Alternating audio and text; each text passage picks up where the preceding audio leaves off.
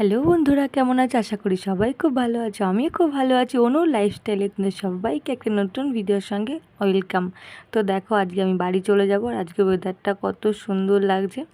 তো এই কদিন থাকতে থাকতে ঠিক বাড়ি যাওয়ার সময়টা এসেই গেল। আর বাড়ি যাওয়ার সময় এলে সত্যি খুব মন খারাপ লাগে। তো দেখো, আমাদের বাড়ির সামনের পেছন দিকটা ছিলাম, এটা আমাদের বাড়ির সামনের দিক।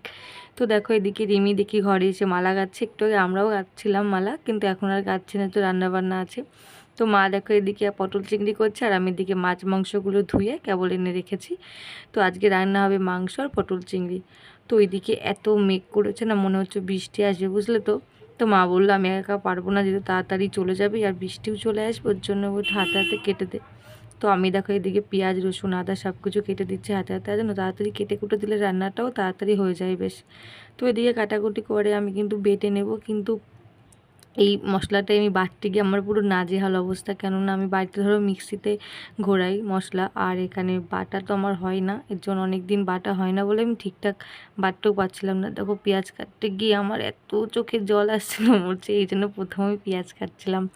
কিন্তু না, সত্যি খুব কষ্ট হচ্ছিল। অনেকে বলে পেঁয়াজ নাকি ধুয়ে নিয়ে কাটলে চোখে আর জল আসে না, কিন্তু আমি যত দেখেছি যতই ধুয়ে নিই না কেন, তাও কিন্তু সেই কষে চোখে জ্বালা করে বা চোখে জল আসে।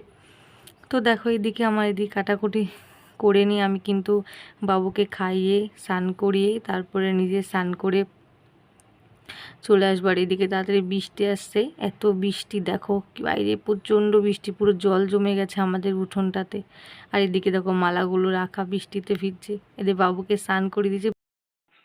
তো আমি দেখো স্নান করে চলে এসেছি, আর বাইরে প্রচণ্ড বৃষ্টি হচ্ছিল। জিতুকে খাইয়ে আমি আর রিমি কিছু খেয়ে তারপরে স্নান করতে গেছিলাম, স্নান টান করে চলে এসেছি। এটা তো রিমি এবার স্নান করতে যাচ্ছে না, প্রত্যেক দিন 3টের সময় স্নান করতে যাবে, জানো তো। কোনো সকাল সকাল স্নান করবে না। তো তোমরা বলো এটা অনিয়ম করে কিনা শরীরের প্রতি। আর এদিকে জিতুকে দেখো,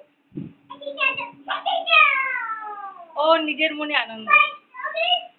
তো আজকে বাড়ি চলে যাবো, মা রান্না বান্না এদিকে হয়ে গেছে। বাড়ি আসার যাওয়ার সময় ভিডিওটা বেশি করি। চলো এখন রাখি,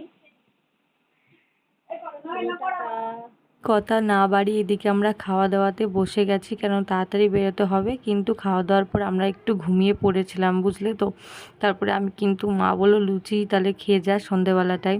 তো আমি কিন্তু এতগুলো লুচি ভেজেছি, আর তারপরে মা এসে ভাজছে। আর এদিকে দেখো আমরা স্টেশনে চলে এসেছি। চলো এই ভিডিওটা এই পর্যন্ত, ভালো লাগলে লাইক কমেন্ট